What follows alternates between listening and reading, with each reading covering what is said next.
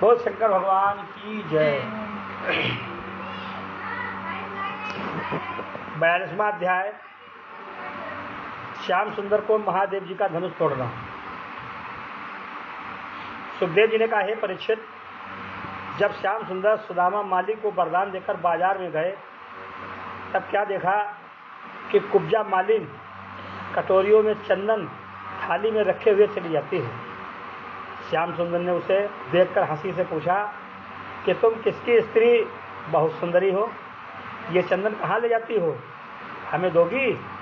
ये वचन सुनकर कुबड़ी ने विनय किया, हे मोहिनी मूर्त, मैं कुब्जा नाम कंस की दासी हूँ, नित्य उसके चंदन लगाने के वास्ते ले जाती हूँ और वह इस सेवा से बहुत प्रसन्न होकर मेरा पालन करता है, पर तुम्हारे चरणों का ध्यान सदा अपने हृदय में रखकर आपका गुणानुवाद गाया करती थी।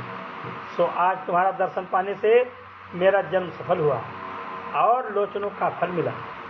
राजा कंस के चंदन लगाने से मेरा परलोक नहीं बनता, इसलिए मेरी ये इच्छा है कि आपकी आज्ञा पाऊं तो आपके अपने हाथ से आपके चंदन लगाकर कृतार्थ हो जाऊं।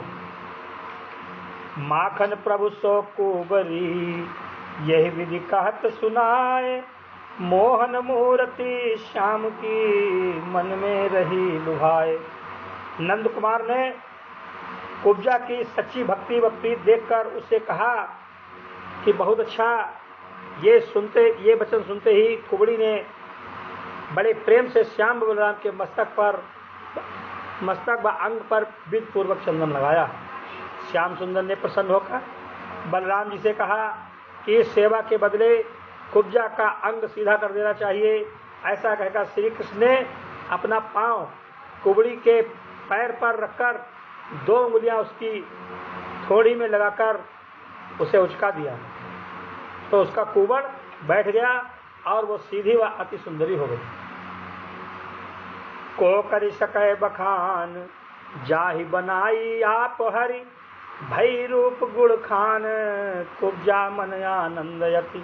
हे परीक्षित, जब कुबड़ी ने अपने को महासुंदरी देखा तब वो अंचल से अपना मुख ढांपकर मुस्कुराती हुई विनय पूर्वक बोली, हे प्रीतम, जिस तरह तुमने दयालु होकर मुझ पर बद तरुणाई दी, उसी तरह मुझ दासी के घर चलकर मेरी इच्छा पूर्ण कीजिए। ये वचन सुनते ही मोहन प्यारे ने उसका हाथ पकड़कर प्रेम पूर्वक कहा, तू धैर्य रख, जिस तरह चंदन लगाकर तूने हमारी छाती ठंडी की, उसी तरह हम भी तेरी इच्छा पूर्ण करेंगे।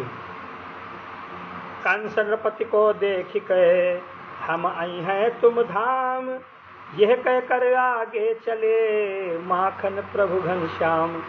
कुब्जा ने ये वरदान पाते ही आनंद से अपने घर जाकर केसर व चंदन का चौक पुरवाया और अपना घर अच्छी तरह अलंकृत करके मोहन प्यारे के आने की आशा देखने लगी। जब मथुरावासी स्त्रियां ये हाल सुनकर उसके घर गईं, तब उसका रूप तरुणाई देखकर बोली, धन धन कुब्जा तेरो भाग, जाको विधना दियो सुहाग, ऐसो कहा कठिन तप कीन्हो, गोपीनाथ भेंट बुझलीनो।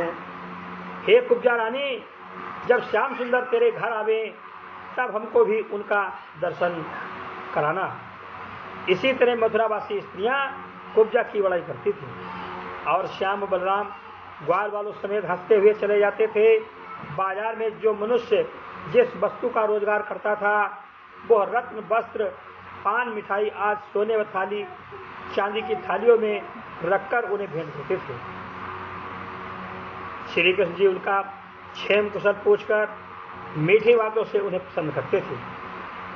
मार्ग में जो दर्शन पावे, राम कृष्ण की कुशल मनावे, काबर स्वरूप श्याम तन सोहे, मथुरा की कामिनी सब मोहे। मथुरा की स्त्रियां अपना गहना व कपड़ा श्याम सुंदर पर न्यौछावर करके कहती थी कि इनके वियोग में न मालूम गोपियों की क्या दशा हुई होगी। जब इसी तरह घूमते हुए श्याम बलराम रंगभूमि के पहले द्वार पर, जहां महादेव का धनुष रखा था, पहुंचे, तब राजा कंस के 10,000 शूरवीरों ने, जो धनुष की रखवाली करते थे, श्याम सुंदर को देखते ही दूर से ललकार कर कहा, यहाँ मत आओ, दूर खड़े रहो। मोहन प्यारे उनके बरजने पर भी न मानकर बेधड़क वहां चले गए और महादेव का धनुष जो 3 तार लंबा, मोटा, भारी, ऊंचे चबूतरे पर रखा था, बाएं हाथ से उठाकर इस तरह सहज में 2 टुकड़े कर दिए जिस तरह हाथी ऊख को तोड़ डालता है। जब धनुष टूटने का शब्द राजा कंस ने सुना तब श्री कृष्ण जी को अति बलवान समझकर उनके डर से कांपने लगा। वे सब सूरवीर राम व कृष्ण से लड़ने लगे। तब दोनों भाइयों ने उसी धनुष के टुकड़ों से मारकर उन्हें गिरा दिया। उस समय देवताओं ने प्रसन्न होकर श्याम बलराम पर फूल बरसाए। जब कोई उनके सामने लड़ने वाला नहीं रहा तब केशव मूर्ति ने बलराम जी से कहा कि हम लोगों को डेरा छोड़े बहुत विलंब हुआ, नंद बाबा चिंता करते होंगे, सो चलना चाहिए। ऐसा कहकर श्याम सुंदर ग्वाल वालों समेत अपने डेरे पर आए। मथुरावासी धनुष तोड़ने और सूरवीरों के मारे जाने का वृत्तांत सुनकर आपस में कहने लगे कि ये दोनों बालक मनुष्य नहीं हैं, कोई देवता मालूम होते हैं जो ऐसे ऐसे काम इन्होंने किए। होनहार प्रबल होता है। राजा कंस ने घर बैठे अपनी मृत्यु बुलाई है, इनके हाथ से वो जीता नहीं बचेगा। नंद राय ने श्याम बलराम आदि को अच्छे अच्छे कपड़े पहने देखकर जाना कि कन्हैया ने ये सब किसी से छीन लिए हैं। ऐसा समझकर बोले, हे बेटा, तुम यहाँ भी उत्पात करते हो? ये वृंदावन हमारा गांव नहीं है जो ग्वालिनियों का दही छीन कर खा जाते थे। मथुरापुरी में ऐसे उपद्रव करोगे तो अच्छा न होगा। ये सुनकर श्याम सुंदर बोले, हे बाबा, हमने नगर में बहुत उत्सव देखा, अब भूख लगी है, भोजन दो। ये वचन सुनते ही नंद जी ने दूध, दही, माखन, पकवान, मिठाई आदि निकाल कर दिया। विविध भांति भोजन कियो सब ग्वालन के साथ, रैन गवाई चैन सो माखन प्रभु ब्रजनाथ। इतनी कथा सुनकर सुखदेव जी बोले, हे परीक्षित, जब कंस ने अपने सूरवीरों के मारे जाने का हाल सुना तब वह मन में बहुत उदास होकर कहने लगा कि मुझे बड़े बलवान शत्रु से काम पड़ा है, अब मेरे प्राण नहीं बचेंगे। इसी सोच में राजा कंस भीतर ही भीतर जलकर इस तरह निर्बल हो गया जिस तरह काठ घुनों के खा जाने से भीतर खोखला होकर ऊपर ज्यों का त्यों बना रहता है। मारे लज्जा के अपने मन का हाल किसी से न कहकर उसी चिंता में पलंग पर जाकर लेट रहा। जब करवट लेते लेते पहर रात रहे उसकी आंख लग गई तब उसे स्वप्न में अपना शरीर बिना शरीर का देख पड़ा, बिना सिर का देख पड़ा।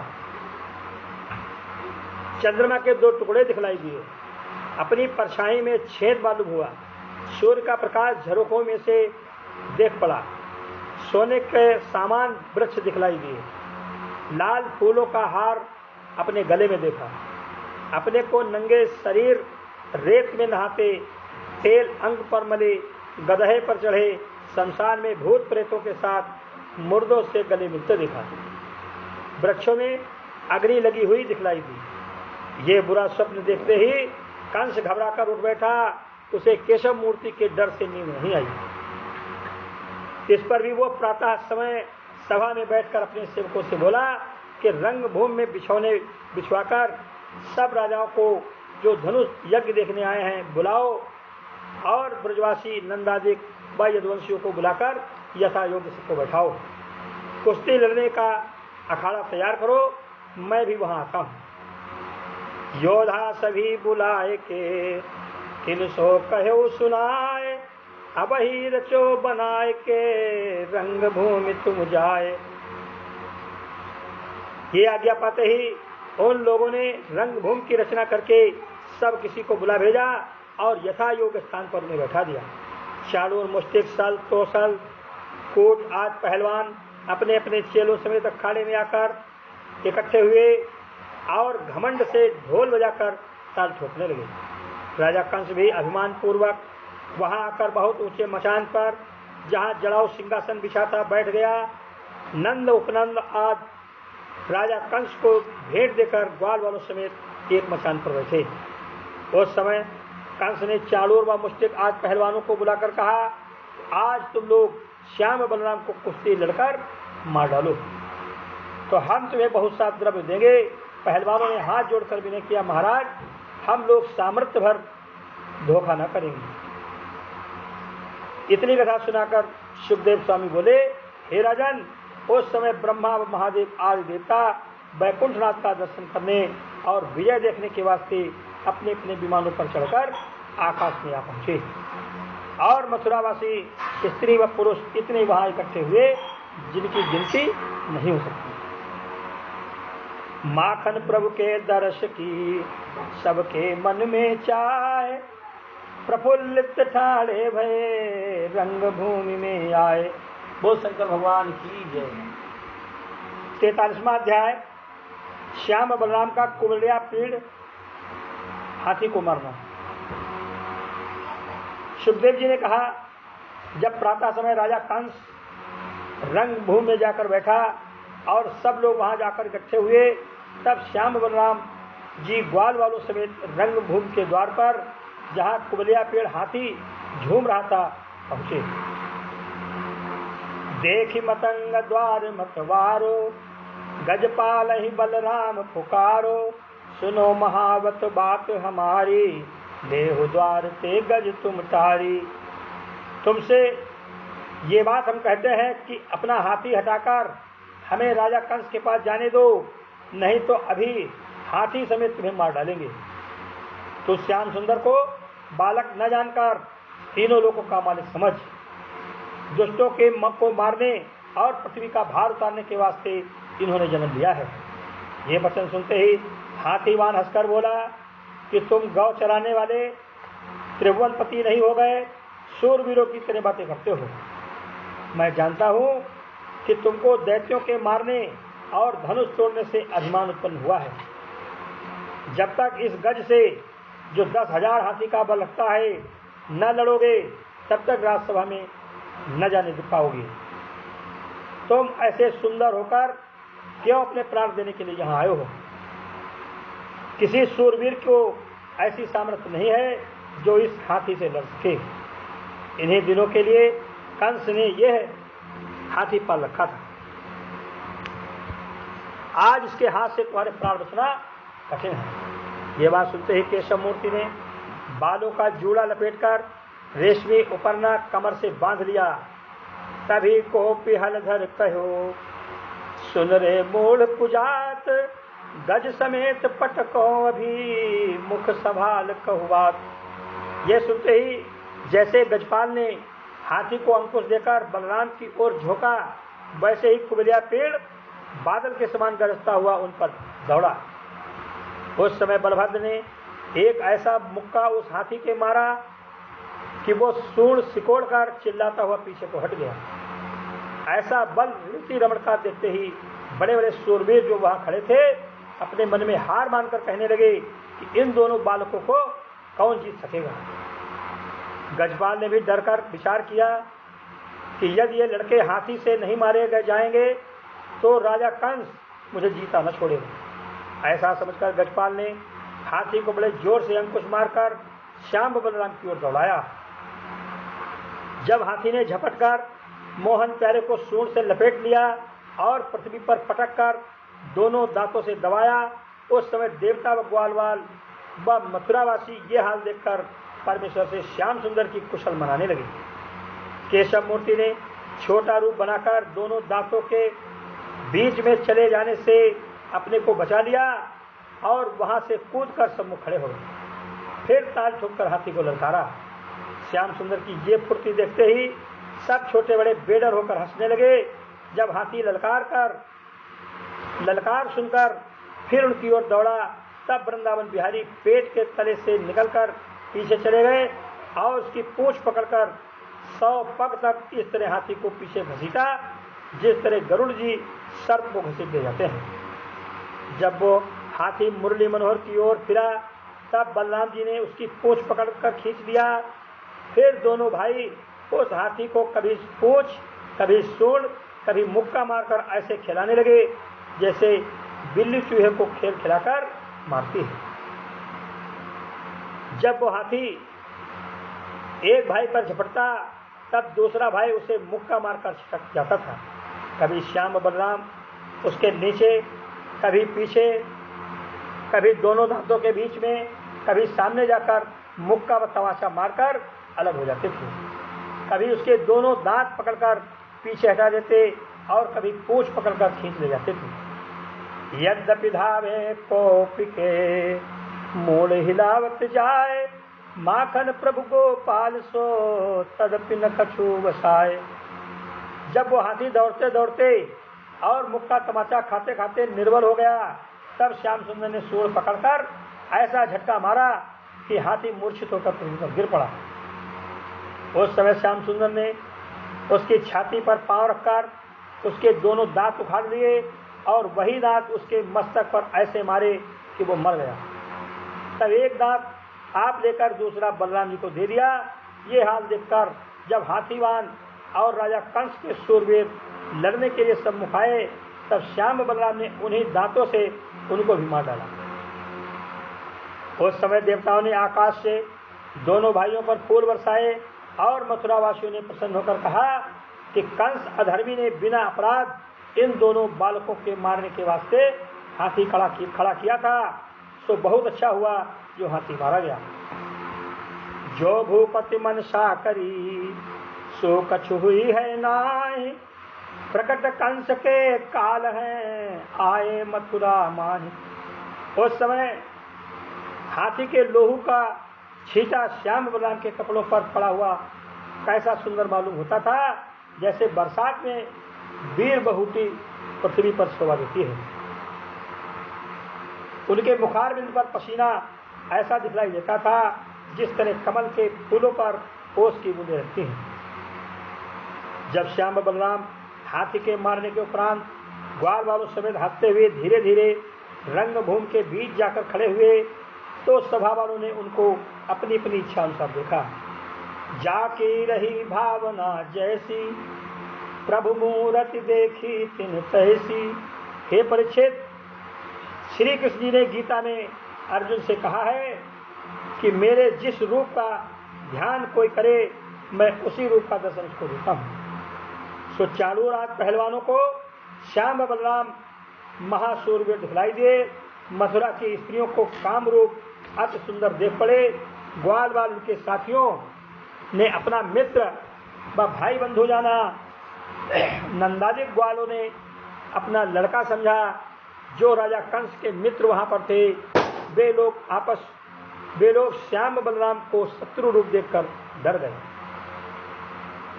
राजा कंस उन्हें अपना काल जानकर भय से कांपने लगा।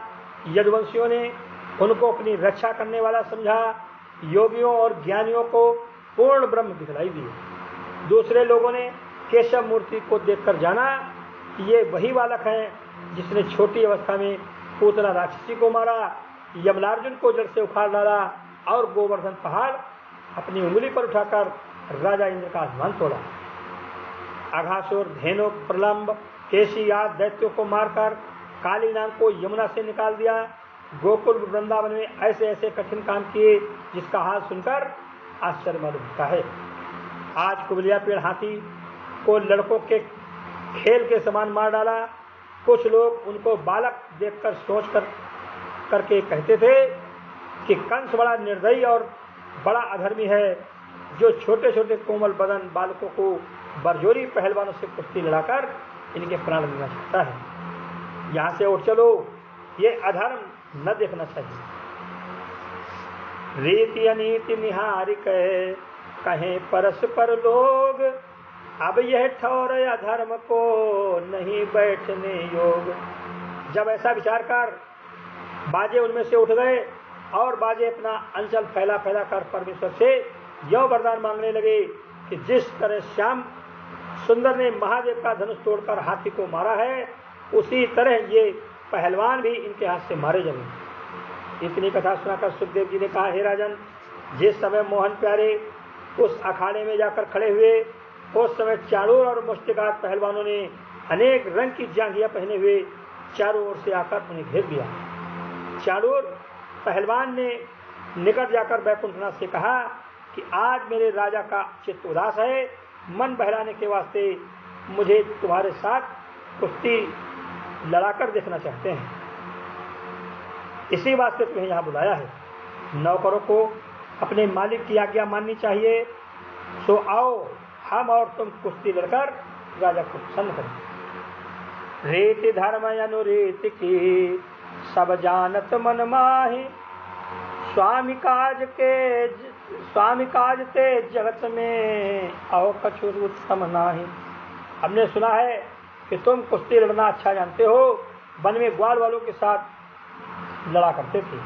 तो आज मैं तुम्हारे बल की परीक्षा लेना चाहता हूँ, किसी बात का डर अपने मन में मत रखो। ये सुनकर श्याम सुंदर ने कहा, हे चाणूर, हम ऐसे प्रतापी राजाओं को क्या प्रसन्न करेंगे, पर तू अपने स्वामी की आज्ञा पालन करना चाहता है तो मैं तेरे साथ लड़ूंगा। यद्यपि तू बल को अधिकारा, मैं अहीर बालक सुकुमारा, तद्यपि एक बार मैं लड़ी हूँ, यद्य विषय तो सो नहीं तरी हूँ। तुम्हारे राजा ने बड़ी दया करके मुझे बुलाया है, पर न्याय सब किसी को करना चाहिए। तुम्हारा राजा अधर्मी और बेदर्द है, तुम उससे अधिक निर्दयी मालूम होते हो, क्योंकि मुझ बालक से तुमको कुश्ती लड़ना, जो तरुण व बलवान हो, शोभा नहीं देता। बैर प्रीत, विवाह और कुश्ती बराबर वाले से करना चाहिए। पर राजा कंस से हमारा कुछ बस नहीं चलता, इसलिए तुमसे लड़ेंगे, पर हमको बचाकर कुश्ती लड़ना। जोर से पटक कर मेरे हाथ पैर मत तोड़ डालना, जिसमें हमारा व तुम्हारा धर्म बना रहे और राजा कंस की प्रसन्न हो। ये बात सुनकर चाणूर बोला कि देखने में तुम बालक दिखलाई देते हो, परंतु तुम्हारी कीर्त व काम सुनकर और कुबलिया पेड़ हाथी का मारना देखकर तुम कोई अवतार मालूम होते हो, इसलिए मुझे तुम्हारे साथ कुश्ती लड़ना उचित नहीं है।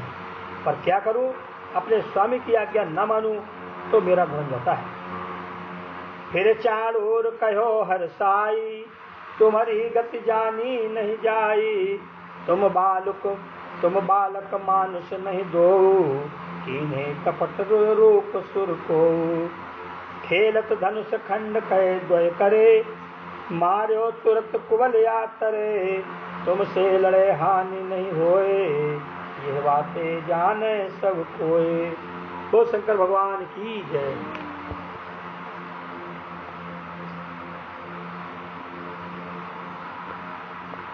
40वां अध्याय श्याम बलराम का चाणूर आदि पहलवानों और राजा कंस को मारना।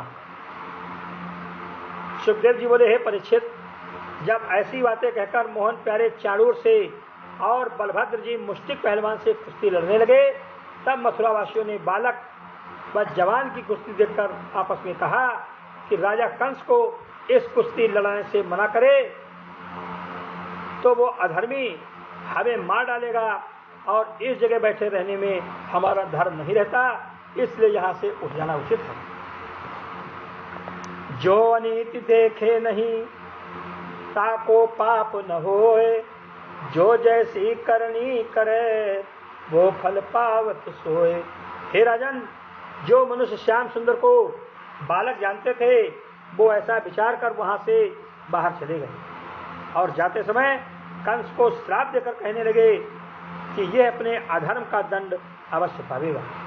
मुरली मनोहर ने लड़ते समय अपनी महिमा से अपना शरीर हीरे के समान ऐसा कड़ा बना लिया जिसे कोई अस्त्र भी काट न सके।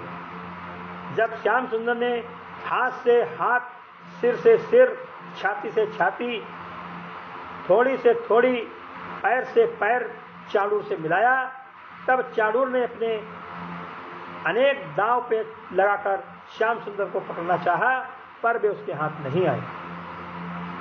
तब चाणूर ने उदास होकर कहा कि हमने बहुत पहलवानों को एक दांव पेट से मार डाला था, न मालूम इस बालक के कितना बल है, जिस पर मेरा कुछ बस नहीं चलता, और ये लड़का एक उंगली भी मुझे मारता है तो मैं घबरा जाता हूँ। इतनी कथा सुनाकर सुखदेव जी बोले, हे राजन, जिस परम ब्रह्म परमेश्वर को महादेव ब्रह्मा नहीं पकड़ सकते, जिन्होंने अपने 2 पग में 14 लोक नाप लिए थे, उनको चाड़ूर पहलवान किस तरह पकड़ सकता है।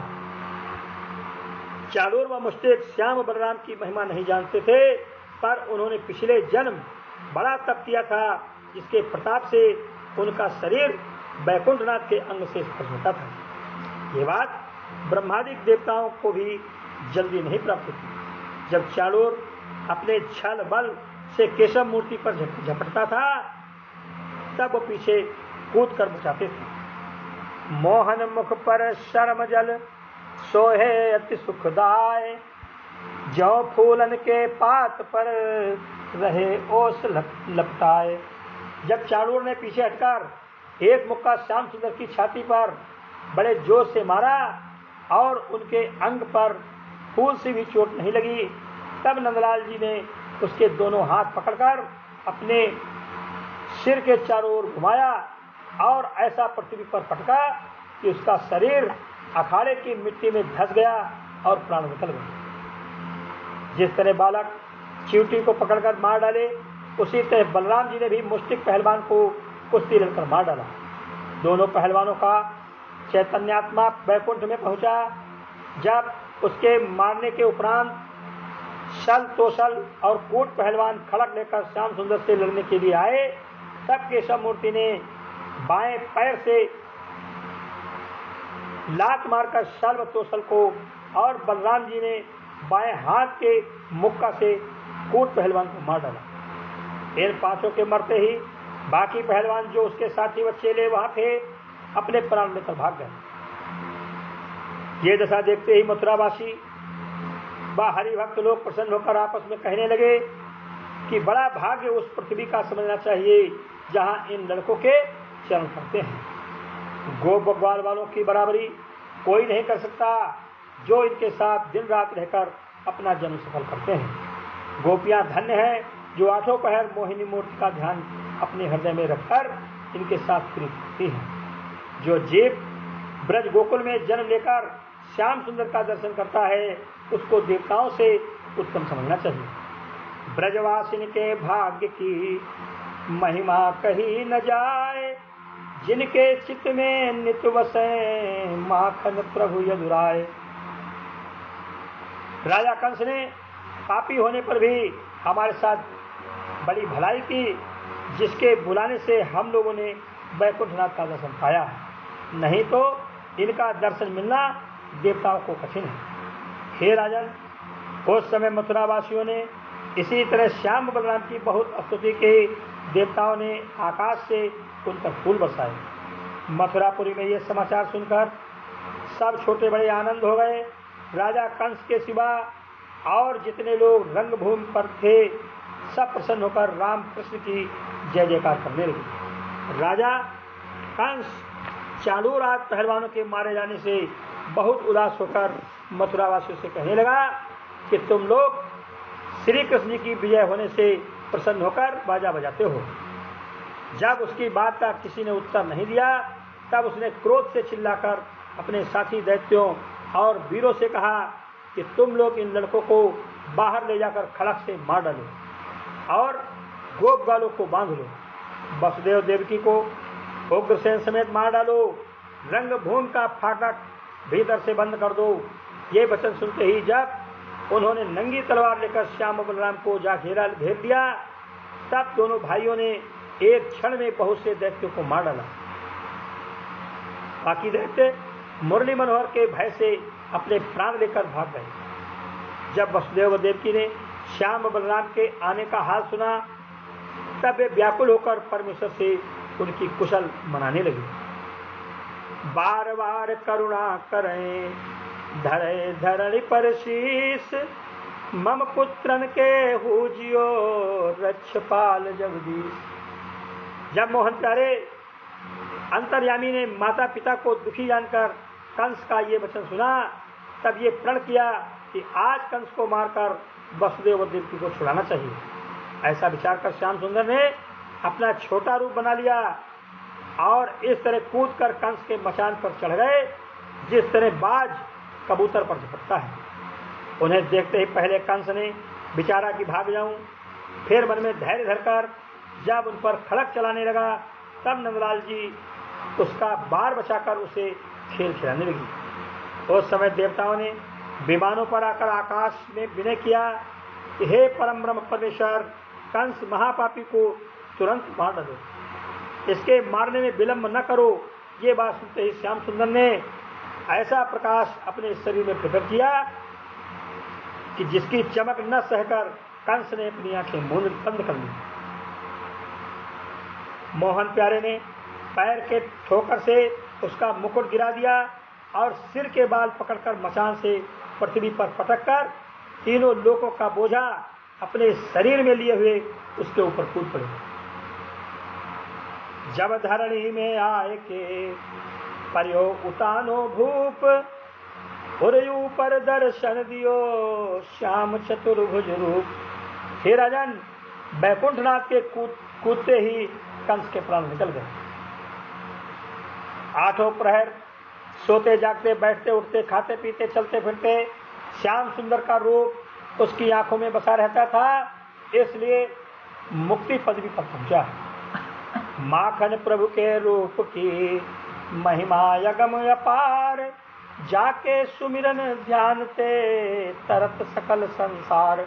देखो कैसा बड़ा भाग्य उन मनुष्यों का है जो लोग नित्य परमेश्वर का स्मरण ध्यान करते हैं। जब कंस को मरा देखकर उसके 8 भाई अपना अपना हथियार लिए हुए गोपीनाथ को मारने के लिए दौड़े और बलराम जी ने हल मूसल ले उन सबको मार डाला, तब सब लोगों ने बड़े शब्द से श्याम बलराम का जय जयकार किया। ये समाचार सुनकर सब छोटे बड़े मथुरावासी प्रसन्न हो गए। देवताओं ने धुंधुवी बजाकर नंदन बाग के पुष्प दोनों भाइयों पर बरसाए। नंद व उपनंद आज ये सब चरित्र स्वप्नवत समझकर अपने डेरे पर चले आए। केशव मूर्ति मारे क्रोध के अपने हाथ से कंस के सिर के बाल पकड़कर इस तरह उसकी लोथ सड़क पर घसीटते हुए यमुना के किनारे ले गए, जिस तरह हाथी को मारकर सिंह घसीट ले जाता है। कंस ने वसुदेव देवकी को कैद करके बहुत दुख दिया था, इसी वास्ते मोहन प्यारे ने उसकी लोथ को घसीटा। यमुना के किनारे लोथ पहुंचाकर थोड़ी देर मुरली मनोहर उस जगह बैठे थे, इसलिए वहां का नाम विश्राम घाट प्रसिद्ध हुआ। जब यह समाचार रनिवास में पहुंचा तब कंस की रानियां रोती पीटती हुई यमुना के किनारे पहुंची। सबधाई सुधि पाए के जहां सबधाई सुधि पाए के आई जहां नरेश, तोड़े हार सिंगार सब छोड़े सिर के केश। हे राजन, उन स्त्रियों ने अपने पति का मुख देखकर उनका सिर गोद में रख लिया और अति विलाप से रोकर यूं कहने लगी कि हे कंस, तू ऐसा प्रतापी राजा होने पर भी इस दुर्दशा से मारा हुआ पृथ्वी पर पड़ा है। जो तू श्याम सुंदर व बड़ों से बिना अपराध बैर न करता तो क्यों तेरी ये गति होती है। हरि भक्त व महात्माओं को दुख देना अच्छा नहीं होता। ये सब हाथी घोड़े व द्रव्य छोड़कर तू चला जाता है, हमारे रोने पर कुछ ध्यान नहीं करता। तेरे वियोग से हम लोगों की क्या गति होगी। संसार में अपने बराबर तू किसी को नहीं समझता था, अब तेरा वो सब घमंड क्या हुआ जो इस तरह पृथ्वी पर पड़ा कफन के पड़ा है, जो इस तरह पृथ्वी पर बिना कफन के पड़ा है। तेरे जड़ाऊ सिंहासन पर कौन बैठकर मथुरावासियों को न्याय करेगा। यह मंदिर सुंदर महा जिनके सम नहीं और, तुम बिन ऐसो कौन है जो बैठे यही ठोर। जब इसी तरह अनेक बातें कहकर सब रानियां महाविलाप करने लगी, तब श्याम सुंदर करुणानिधान उन पर दयालु होकर बोले, हे मामी जी, जो कुछ भाग्य में लिखा होता है वो किसी तरह नहीं मिलता। जैसे पाप कंस ने किए वे सब तुमने देखे हैं। परमेश्वर की ऐसी ही इच्छा जानकर धैर्य धरो, मैं तुम्हारी आज्ञा पालन करूंगा। अब इन लोगों की क्रियाकर्म करना उचित है। मामी सुनो शोक नहीं कीजिए, मामा जी को पानी दीजिए, सदा न को जीता रहे, झूठा वो अपना कहे। श्याम सुंदर के समझाने से सब स्त्रियों ने अपने अपने पुरुषों की लोथ जलाकर क्रियाकर्म किया। श्याम सुंदर ने कंस का क्रियाकर्म उग्रसेन के हाथ से कराया। कंस हतन लीला सुने, मन चित्त दे जो कोय, माखन प्रभु के नेह में, ताको भय नहीं होए। बोल शंकर भगवान की जय। 45वां अध्याय श्याम सुंदर का उग्रसेन को राजगद्दी पर बैठाना। सुखदेव जी ने कहा, हे परीक्षित, जब कंस आग की लोथ जलाकर सब अपने अपने घर गए, तब श्याम सुंदर व बलराम जी अक्रूर को साथ लेकर कैद खाने में वसुदेव देवकी के पास आए। माता पिता की बेड़ी व हथकड़ी कटवाकर दोनों भाइयों ने उनके चरणों पर सिर रख दिया। देवकी रोकर बोली, हे प्राण प्यारे, तुम 12 वर्ष तक कहाँ रहे? मैंने आज तक तुमको गोद में नहीं खिलाया। सुन जननी के वचन प्रभु, कृपा सिंधु यदुराय, भय प्रेम बस दुखित लखी, बोले अति सकुचाए। हे माता पिता, मैं कैसा अभागी तुम्हारे यहाँ उत्पन्न हुआ, जो मेरे कारण तुम लोगों ने इतना दुख उठाया। इसमें हमारा कुछ अपराध नहीं है, क्योंकि जब से आप हमको गोकुल में नंद जी के यहाँ पहुँचाए, तब से मैं परबस था, इसलिए तुम्हारे पास नहीं आ सका। मुझे सदा ये इच्छा बनी रहती थी कि जिसके पेट में 10 महीने रहकर जन्म लिया, उसने हमारा बाल चरित्र नहीं देखा और हमने लड़प्पन में माता पिता का कुछ सुख नहीं पाया। दूसरे के घर में रहकर वृथा इतने दिन गंवाए। जिन्होंने हमारे वास्ते इतना दुख उठाया, उनकी कुछ सेवा हमसे नहीं बन पड़ी। हमें तुम्हारी सेवा करना और बाल लीला का सुख दिखलाना उचित था। तो ये सब सुख नंद व यशोदा को प्राप्त हुआ। सबय जीव संतान से सुख पावत दिन रहन, तुम्हें हमारे जन्म से बहुत भय पुछैन। हे माता, जिस पुत्र से उनके माँ बाप दुख पाते हैं, वह बेटा अवश्य नरक भोगता है। संसार में उन्हीं को सामर्थी पुरुष समझना चाहिए, जो अपने माता पिता की सेवा मनसा वाचा कर्मणा करते हैं। मनुष्य तन में जो कोई अपने माँ बाप, गुरु और बड़े बूढ़ों की सेवा तथा स्त्री व बालकों का पालन नहीं करता, उसके लोक व परलोक दोनों बिगड़ जाते हैं।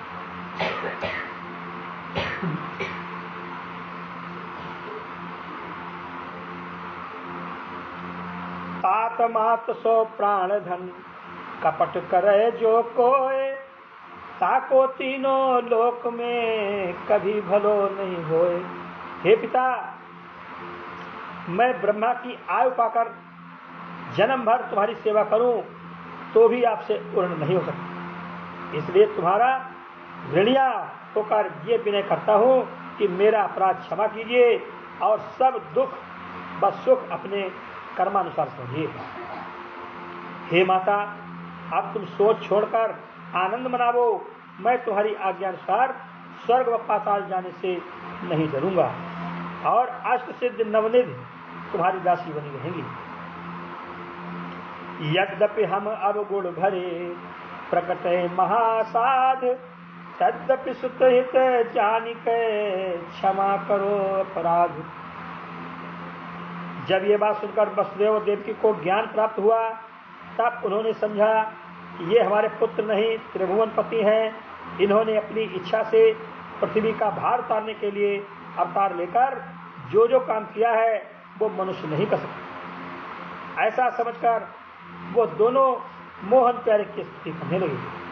श्री कृष्ण जी और बहुत सी लीलाएं संसार में करना चाहते थे, इसलिए उन्होंने उनका वह ब्रह्म ज्ञान हर लिया। तब वसुदेव देवकी उन्हें अपना बेटा जानकर गोद में बैठाकर प्यार करने लगी। उनका माथा में मुख चूमकर प्रसन्न होकर पिछला दुख भूल गए और श्याम बलराम को साथ लेकर बड़े हर्ष से अपने घर पर आए। परम हुलास नयन उर पेखे, अपनो जन्म सुफर कर लेखे, अति आनंद भयो मन माही, सो लिखी सकत शारदा नाही। हे राजन, वसुदेव जी ने घर पहुंचकर उसी समय 10,000 गौ विधि पूर्वक जो श्याम सुंदर के जन्म के समय मन में संकल्प किया था, ब्राह्मणों को दान दिया और दोनों भाइयों को ग्वाल वालों समेत 36 प्रकार के व्यंजन भोजन करा के उत्तम उत्तम भूषण व वस्त्र पहनाया। तब मुरली मनोहर ने बलराम जी से कहा कि राजा के बिना प्रजा को दुख होगा और वसुदेव को राजगद्दी पर बैठाने से लोग ये कहेंगे कि राज्य लेने के लालच में कंस को मार डाला, इसलिए उग्रसेन को, जिनका राज्य कंस ने छीन लिया था, राज्य देना चाहिए। ऐसा विचार कर श्याम सुंदर और बलराम वसुदेव जी समेत उग्रसेन के पास गए। उन्हें दंडवत करके बहुत धैर्य देकर बोले कि हे नाना जी, आप राज सिंहासन पर बैठकर प्रजा का पालन कीजिए और हमें अपना दास जानकर मन में किसी बात का संदेह न लाइए। पृथ्वी भर के राजा अपने अपने देश का रुपया देकर तुम्हारे अधीन रहेंगे। जो जन तुम्हारी आन न माने, क्षण में तिन्हें बांधी हम आने, निर्भय राज्य करो जग माही, अब तुमको संशय कछु नाही। ये वचन सुनते ही उग्रसेन हाथ जोड़कर विनय पूर्वक बोले, महाराज, आपने बहुत अच्छा किया जो राजा कंस और उसके भाइयों को मारकर यदुवंशियों का दुख छुड़ाया। जिस तरह तुमने दैत्यों, राक्षसों और अधर्मियों को मारकर हरि भक्तों को सुख दिया, उसी तरह राज सिंहासन पर बैठकर प्रजा का पालन कीजिए। ये बात सुनकर मोहन प्यारे बोले कि आपने सुना होगा कि राजा आयात के श्राप से यदु आज उनके बेटों ने राजगद्दी नहीं पाई थी। हम उसी कुल में उत्पन्न हुए हैं, इसलिए मुझे राज सिंहासन पर बैठना नहीं चाहिए। करो बैठे तुम राज धूरी, करो संदेह सब, करो बैठे तुम राज दूर, करो संदेह सब, हम करी हैं सब काज, जो आय सुदीजय हमें। हे नाना जी, आप सिंहासन पर बैठकर गौ ब्राह्मण व हरि भक्तों को सुख दीजिए और जो यदुवंशी कंस के डर से अपनी जन्मभूमि मथुरापुरी को छोड़कर दूसरे देश में जा बसे हैं, उनको बुलाकर यहाँ बसाइए। प्रजा से अधिक कर लेने का लोभ न रखकर किसी को बिना अपराध दंड न दीजिए। जब उग्रसेन ने श्याम सुंदर का कहना मान लिया, तब श्री कृष्ण जी भक्त हितकारी ने उग्रसेन को राज सिंहासन पर बैठाकर विधि पूर्वक राजगद्दी का तिलक लगा दिया और श्याम बलराम ने अपने हाथ से उनका झवर हिलाया। सब छोटे व बड़ों ने मंगलाचार मनाया। मथुरावासी आनंदित होकर श्याम सुंदर की स्तुति करने लगे। देवताओं ने आकाश से उन पर फूल बरसाए। राजा उग्रसेन की आज्ञा से सब यदुवंशी मथुरा में फिर आ बसे। जब मोहन प्यारे ने उन्हें बहुत दुखी व कंगाल देखा, तब द्रव्य, वस्त्र, भूषण, गांव व स्थान आज जिसको जिस वस्तु की चाह थी उसे वह पदार्थ देकर ऐसा प्रसन्न कर दिया कि उनको फिर कुछ इच्छा नहीं रही। वसुदेव देव की परम आनंदित हुए। जो यदुवंशी बूढ़े व निर्बल थे, वे लोग श्याम सुंदर की अमृत रूपी दृष्टि पड़ने से तरुण व बलवान हो गए। उग्रसेन के राज्य में सुख को सदा समाज, सभी काम कीन है जहां माखन प्रभु ब्रजराज। इतनी कथा सुनाकर सुखदेव स्वामी बोले, हे परीक्षित, श्याम सुंदर ने इसी तरह सबको सुख देकर बलराम जी से कहा कि यशोदा ने हम दोनों भाइयों को बड़ी प्रीत से पालन करके इतना बड़ा किया, सो वो हमारे लिए बहुत सोच करती होगी। नंद राय ब्रजवासियों समेत मेरे चलने की आशा से बाग में टिके हैं, चलकर उनको विदा करना चाहिए। बहुत हेत हम सो उनकीन हो, विविधि भांति हमको सुख दीन हो। सकुच कहो अपने मन माही, उनसे उन कबहू हम नाही। पलटो नहीं उन्हें जो दीजे, अब चल विदा उन्हें ब्रज कीजे। ऐसा कहकर मोहन प्यारे ने बहुत सा द्रव्य, रत्न, भूषण व वस्त्र अपने साथ लिया और राजा उग्रसेन व वसुदेव जी को संग लेकर जहाँ नंदादि टिके हुए थे वहाँ को चले। नंद जी अपने डेरे पर बैठे हुए ये विचार कर रहे थे कि कई दिन वृंदावन से आए हो चुके, श्याम बलराम आने तो चले, अब कैसे ब्रज जाहि बल मोहन दो बिना, अति व्याकुल उर्माहि कबलो नयन देखिए। उसी समय मोहन प्यारे ने वहां पहुंचकर नंद जी के चरणों पर सिर धर दिया। नंद ने उनका सिर उठाकर छाती से लगा लिया और वसुदेव व राजा उग्रसेन प्रेम पूर्वक नंद राय के गले मिलकर सब लोग वहां बैठे। नंद राय मन में समझे कि अब श्याम सुंदर हमारे साथ वृंदावन को चलेंगे। केशव मूर्ति ने सब वस्तुएं नंद राय के सामने रखकर विनय किया कि हे बाबा, मैं आपसे किसी तरह उल्ट नहीं हो सकता, आपने मेरा बड़ा प्रतिपालन किया। चौंके उठे नंदराय सुनी, तू क्या कहत गोपाल, मोसो कहत कि आन सो किन किन हो प्रतिपाल। ये वचन सुनते ही केशव मूर्ति ने कहा कि बाबा, हमको कहते हुए संकोच मालूम देता है, आपने गर्ग पुरोहित का कहना सच न मानकर मुझे अपने बेटे के समान पालन करके पर बड़ा सुख दिया। मैं कहीं रहूं पर तुम्हारा कहलाऊंगा। हमारे पिता ने मेरी माता रोहिणी को बड़ी विपत्ति में तुम्हारे घर पहुंचा दिया था, सो तुमने सम्मान पूर्वक उसको अपने यहाँ रखा। मैंने ब्रजवासियों का गोरस आदि खाकर अनेक उपद्रव किया, सो सब आपने दया करके क्षमा कर दिया। मेरे शत्रु राजा कंस से तुम लोगों ने न डरकर मेरा पालन किया। यशोदा ने मुझे पुत्र जानकर पाला, सो अब तुम्हें व यशोदा को अपने माता पिता से अधिक जानकर तुमसे उल्ट नहीं हो सकती। पर एक बात कहता हूँ कि तुम कुछ खेद मत मानना, अब हम थोड़े दिन मथुरा में यदुवंशी आदि जात भाइयों के साथ रहकर अपने माता पिता को सुख देंगे। आज तक उन्होंने हमारे लिए बड़ा दुख पाया है, जो वो हमको तुम्हारे यहाँ न पहुँचाते तो क्यों इतना दुख उठाते। तुम घर जाकर यशोदा माता और सब वृंदावन वासियों को धैर्य दो। यशोमत मैया से कह देना कि जिस तरह मेरे लिए माखन रख छोड़ा करती थी, उसी तरह अब भी धैर्य रखा करें। प्रकट में हम तुमसे विलग होते हैं, पर अंतःकरण से सदा तुम्हारे पास रहेंगे। मेरे ऊपर दया रखकर कभी मुझे मत भूलना। मैया से पालागन कहियो, हमसे प्रेम करे तुम रहियो, होंगी दुखित यशोमती मैया, मोहि बिनु ब्रज तिरिया सब गैया। ताते बेग गमन ब्रज कीजय, जाय सबन को धीरज दीजय, मोरी सुरत न उरते टारो, मैं तुमसे कबहू नहीं न्यारो। निठुर वचन सुन श्याम के, भय विकल अति आनंद, उमंग नीर नयनन चले, पड़ गए दुख के फंद। ये बात श्याम सुंदर के मुख से निकलते ही नंद राय इतना विलाप करके रोए कि उनको हिचकी लग गई और अचेत होकर गिर पड़ी। ग्वाल वाल उदास होकर आपस में कहने लगे कि नंद किशोर हम लोगों से कपट करके यहाँ रह जाना चाहते हैं, नहीं तो ऐसा कठोर वचन न कहते।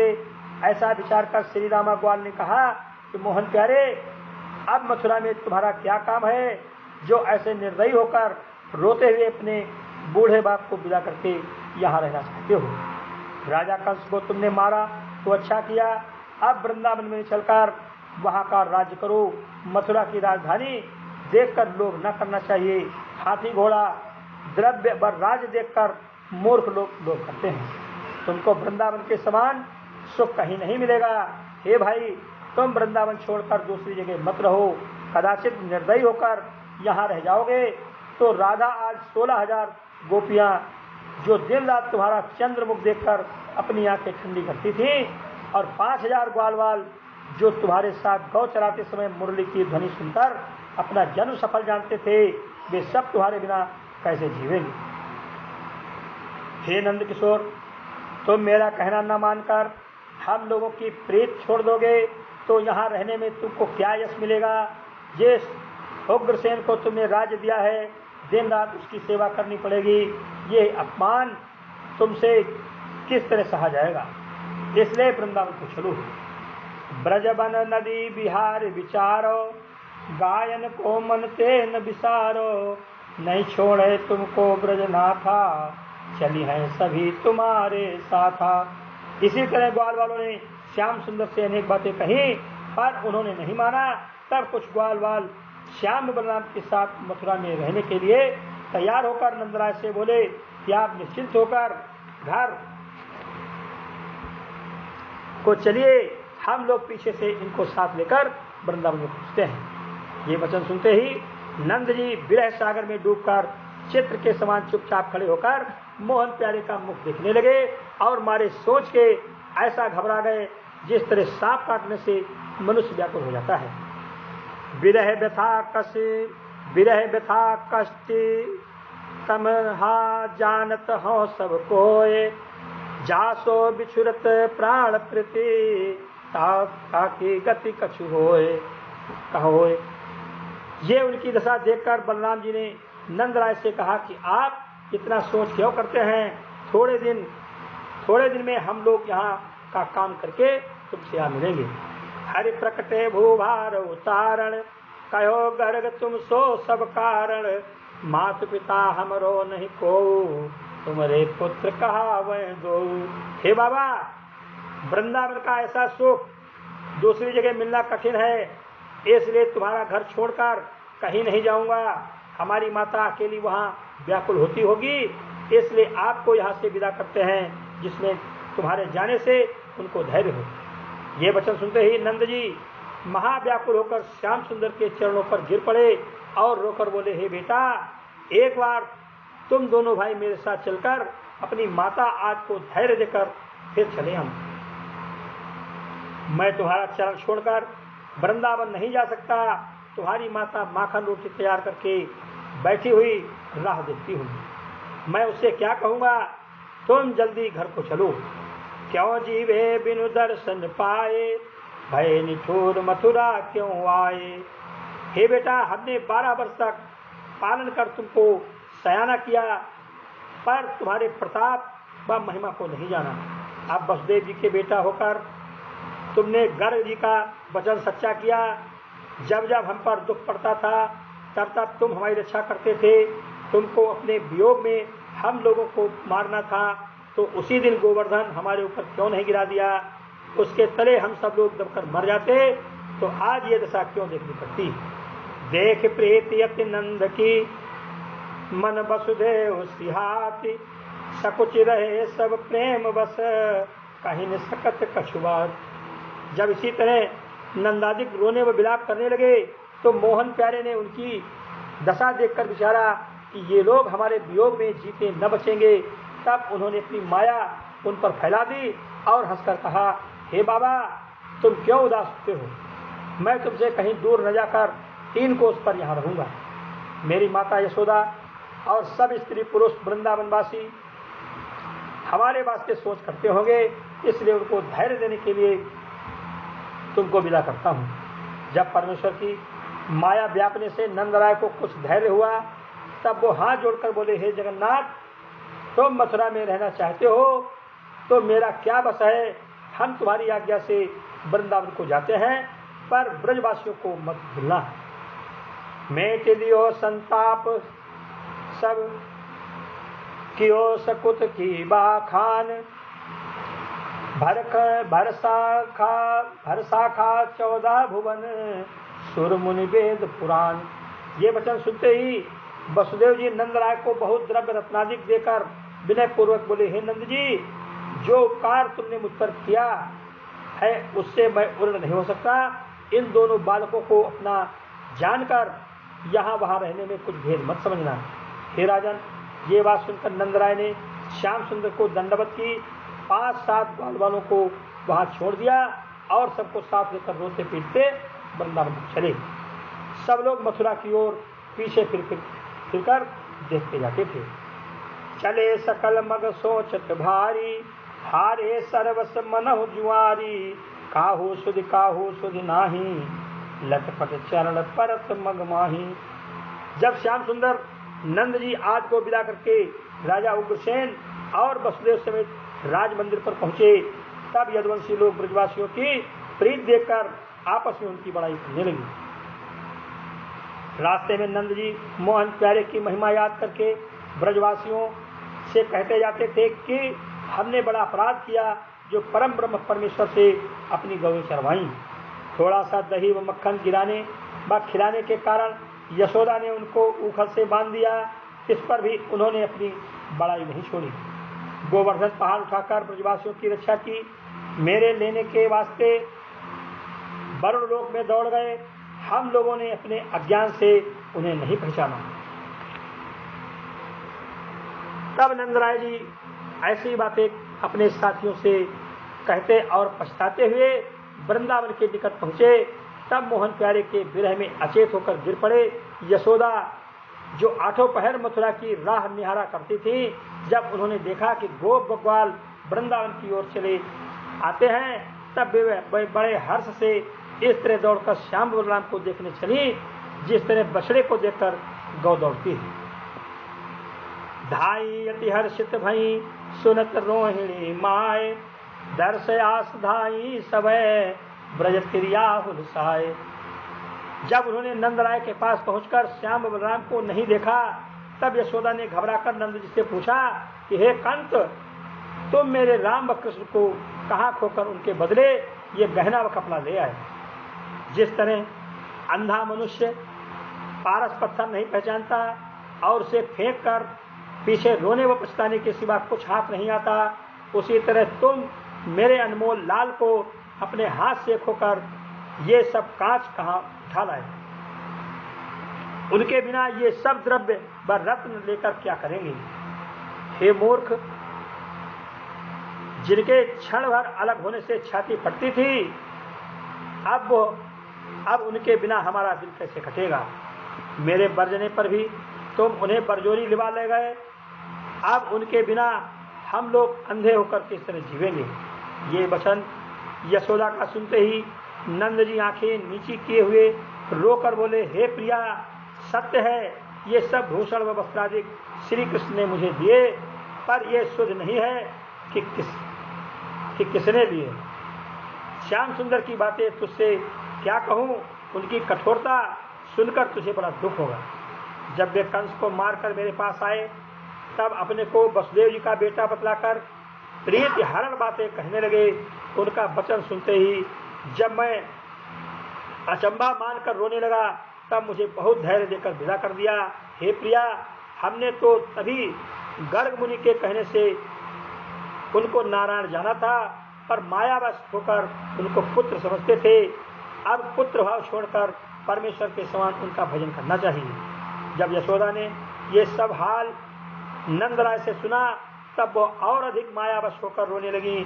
श्याम सुंदर को अपना बेटा जानकर नंदराय से बोली, हे कंत, तुमको धिक्कार है जो उनके मुख से आधी बात सुनकर चले आए। श्याम बलराम को मथुरा में छोड़कर यहाँ मुख दिखलाते हो। रामकृष्ण के बिना जी कर क्या सुख पाओगे। मार्ग सोजी पर्यो की भांति, बिला होत फाटी नहीं छाती। कैसे प्राण रहे हिये बिछुरत आनंद कंद, सुनी नहीं दशरथ कथा कहूँ श्रवण मति मंद। मैं मथुरा में जाए रहियो हरि की धाय, ध्वनि बनी डीजे ठोक बजाए अब अपनो ब्रज नंद ये। हे मूर्ख, तुम मेरे दोनों प्राण प्यारों को कहाँ छोड़ाए। मैं अभागी अपने लाल के साथ न जाकर तुम लोगों के कहने से घर बैठ रही। मैं भी साथ जाती तो क्यों उनको छोड़ाती। जीवन प्राण सकल ब्रज प्यारो, छीन लियो वसुदेव हमारो। सुफलक सुत बैरी भी भारी, लगी जीवन मोल हमारी। पूछत बिलख यशोमति मैया, कहो नंद क्या कहो कन्हैया। तुमको विदा ब्रज ही जब कीन हो, फिर कछु मोहि संदेशो दीन हो। तुम कच हरिशो विनय न भाकी, कहा श्याम मन में यह राखी। ये सुनकर नंद जी बोले, मैं अपने सो बहु कियो बे प्रभु त्रिभुवन नाथ। जो चाहे सोई करें, कहाँ बसे मोहात।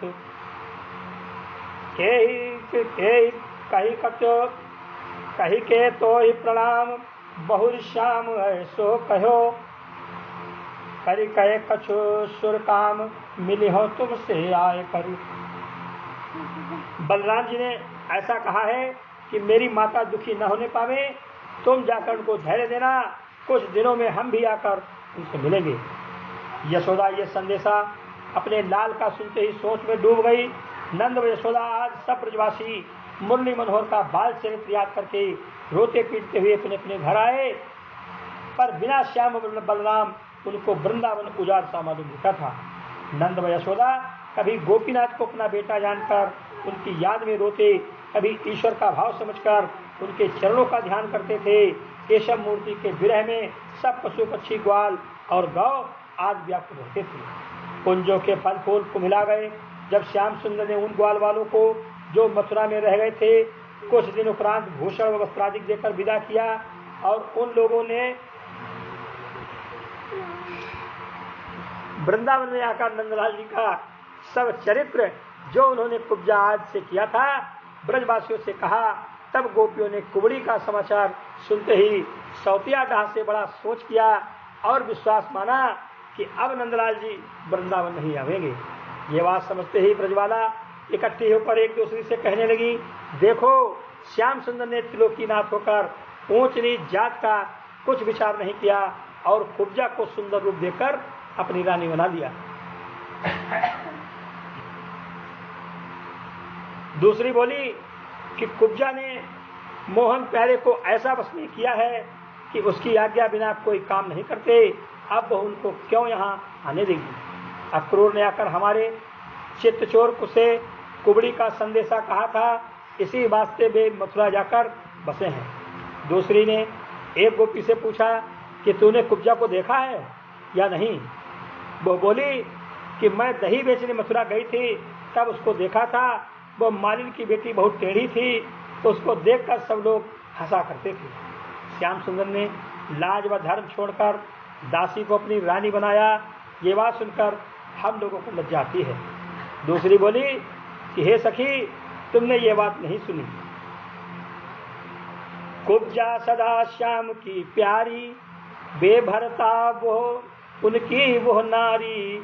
रूप रतन कोवड़ में राख्यो, जो मोती सीपन में भाख्यो। ब्रज बनिता छाड़ी अब बातें, बूझी शकल श्याम की बातें। दूसरी ने कहा, हे प्यारी, वे दिन नंदलाल जी को भूल गए जब राजा कंस के डर से भागकर ब्रज में आए और ग्वाल भेष बनाकर यहाँ छिपे थे और घर घर माखन चुरा कर खाया करते थे। देव मनावत दिन गए, बड़े होन की आस। बड़े भये तब यह कियो, बसे कुंवरी पास। यशमति लाल लड़ाए, बारे ते सेवा करी। ताहू को बिसराए, भय देव की पुत्र अब। दूसरी सखी ने कहा कि जैसे कोयल का अंडा कौवा सेवे तो बच्चा उत्पन्न होकर अपने जात भाइयों में मिल जाता है, वैसे ही मोहन प्यारे नंद व यशोदा और हम लोगों की ये दशा करके वसुदेव देवकी के पास चले गए। दूसरी सखी बोली कि अब वे राजा के पास सिंहासन पर बैठते हैं, इसलिए उनको ब्रजवासी व मुरली का नाम लेने व मोर पंख देखने से लज्जा आती है। भयो नयो अब राज बहन ये, भयो नयो अब राज बहन ये मात पितुगे है। नई नारी कुब्जा मिली, नए सखा तबने लवने है। भोले ब्रज की बात कुंज केल रसरास को, भय आपनी घात दिन दिन सुख दोनों भयो। दूसरी ने कहा कि अब तुम लोग उनकी चर्चा क्या करती हो, अपने मन में विचार कर देखो, तो वो हमारे जाति भाई नहीं हैं। यहाँ उनका नाम गोपीनाथ, नंदलाल, कन्हैया और श्री कृष्ण था। अब वहाँ वासुदेव नाम हुआ। थोड़े दिन के वास्ते उन्होंने ब्रजवासियों से प्रीत करके पानी बरसने व आग लगने से सबकी रक्षा की। हे राजन, जिस तरह मछली बिना पानी के तड़पती है, उसी तरह सब ब्रजवाला दिन रात व्याकुल होकर मोहन प्यारे की शिक्षा करती थी। देखो नहीं सुहाती कछु घर बन बिन नंद नंद, विरह व्यथा आज विरह व्यथा जारत नहीं, भयो तपनयत चंद। कहाँ लग कहिए हे सखी, मोहन मनमोहन के खेल, उन बिन योगो कुल भयो ज्यों दीपक बिन तेल। राहत नयन जल छाए सुमिर सुमिर गुण श्याम के, कहिए किसे सुनाए भये पराए कान अब।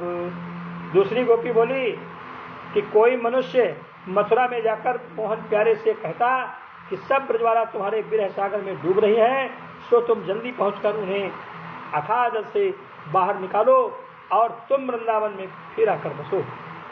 तुमसे गौ चराने के लिए कोई नहीं कहेगा और तुम्हें माखन व दही चुराने से नहीं बरजेंगी। मांगत दान न बरजी है, अब नहीं करी है मान, आए दर्श अपनी दीजिए तुम बिन निकसत प्राण। ऐसे कही कही पाए लावे फेरी मनाए हरि, बसे बहुरी ब्रजराय ब्रज आए तब नंद नंदन सांवरो। दूसरी सखी ने कहा कि अब मोहन प्यारे को क्या प्रयोजन है जो राजसी सुख विलास छोड़कर यहाँ ग्वाल कहलावे, हाथी घोड़ा बस सुखपाल की सवारी तजकर यहाँ गौ चरावे। दूसरी ने कहा हे प्यारियों, वो मोहिनी मूर्ति मुझे एक क्षण नहीं भूलती। सपने हूँ मैं देखिए नींद पड़त जो नैन, कीनो बहुत उपाय मन आँख खुलत नहीं चैन। दूसरी बोली हे सखी, श्याम सुंदर के बिना मुझे अपना घर व गांव उजाड़ मालूम होता है। वृंदावन की कुंज देखने से रोना आता है। वहाँ के जो फल अमृत का स्वाद देते थे वो अब विष के समान मालूम होते हैं।